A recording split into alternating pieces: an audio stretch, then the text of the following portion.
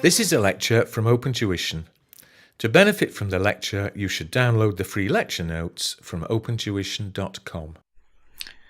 We finished the methods of looking at strategic position by considering the SWOT analysis, or Tau's matrix as it's sometimes called.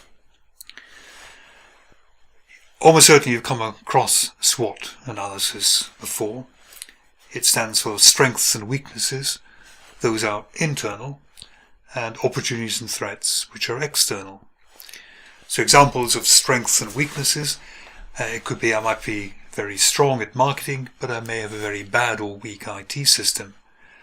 I might be strong in R&D, but I might be weak at marketing. Opportunities and threats, the external. The threat could be a change of government, a rise in interest rate, a change in exchange rate. An opportunity might be a competitor in dire financial straits who's maybe open to an offer for a takeover at a nice cheap price. The great thing about SWOT analysis is if you're asked to appraise the position of a company, it will always work. And sometimes examiner just says using a tool or tools of your choice, analyze the company's strategic position. SWOT will always work. So it is a fallback, and not to be by any means shunned, but I would say that the examiner does complain sometimes of being swatted to death, because it's the only thing anyone ever does. And certainly if the question says using a tool or tools of your choice, I would take the hint and try and use more than one. So if you're doing a SBL analysis, this is the external macro environment, and of course SBL would actually feed some ideas into the opportunities and threats. If you're looking perhaps at the M words that we had for our resources, the money, the men and women, the machinery, the management, the marketing, the MIS, the make, the brand and so on, then they would tend to feed into strengths and weaknesses. We've got a very strong brand, but perhaps the management of the company is a little weak to make use of that.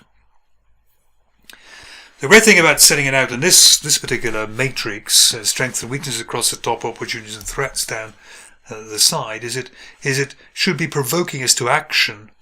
There is no point in doing a SWOT analysis, or indeed any other type of analysis, if all you do is kind of say, well, it's very interesting, kind of shrug your shoulders and ignore it. What you should be doing is taking information from this and kind of saying, and so what? What should I be doing? How should I protect myself? How should I make use of an opportunity? But that's what we need to be doing. That's the purpose of these analyses. So, if we look at this one here, we have a strength and opportunity. Matching. So maybe our strength is lots of money in the bank. Maybe the opportunity is a competitor who is in hard times, maybe ripe for a takeover. That's a marriage made in heaven, really. We can use our money to take over that competitor. Another example, maybe there's an opportunity to open in a developing country, and our strength is we've got very good international marketing, a lot of experience in working abroad. Again, that's probably going to work. We have the internal strength, which is just right to make use of the opportunity. If we go to the next one here, a weakness matched to an opportunity. This could be like seeing a competitor in a bad financial state. We'd like to take them over, but we have no money. And if we have no money, we can't do it. So what we have to do is either not do that strategy at all, not make use of that opportunity, or what we have to do is to make good the weakness, find the money, perhaps have a rights issue or try to borrow from the bank to allow us to take that company over. Another example, we're saying if you have an opportunity to open abroad, but you've got no international management experience, the managers are all from the family who've been kind of operating a small way. If they try, with their lack of experience, opening abroad, they'll probably fall flat on their faces. What we need is a way round it, a way to repair the weakness, maybe by recruiting a skilled marketing manager, or maybe by entering into some sort of distribution or franchise agreement with a company which is already operating in a foreign country so they can help us. Sometimes we'll face a threat and maybe we have a strength with which we can fight it. It could be a threat of somebody coming into our market, a new entrant in our market.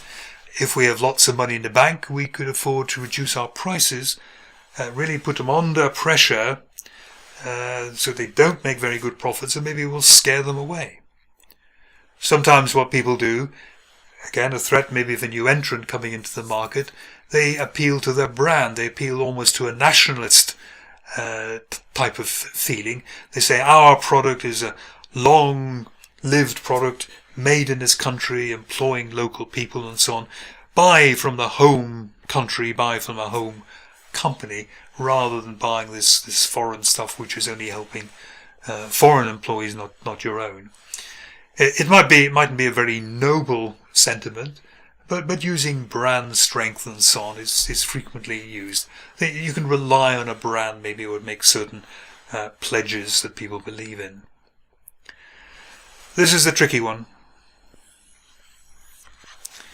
There is a threat, and it's aimed exactly where you're weak. This is what really caused the British car industry to die. British cars in the 1960s were not great. They were innovative in some ways. They had very good air conditioning, because after 6 months you could poke your finger through the metalwork, it had rusted so much. They had very low fuel consumption because they would never start. They were dreadful.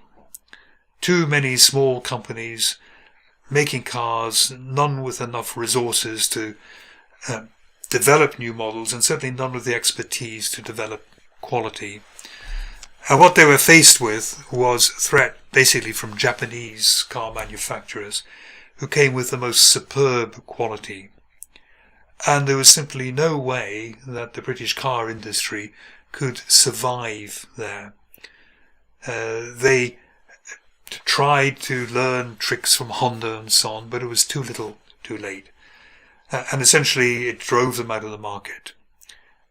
Lots of cars are made in the UK now, but they're all Japanese cars. The only cars from a British heritage that might still be made are very specialist sport cars. No mass-produced own model cars made anymore in Britain, because there was a threat directed where they were weak and they couldn't survive.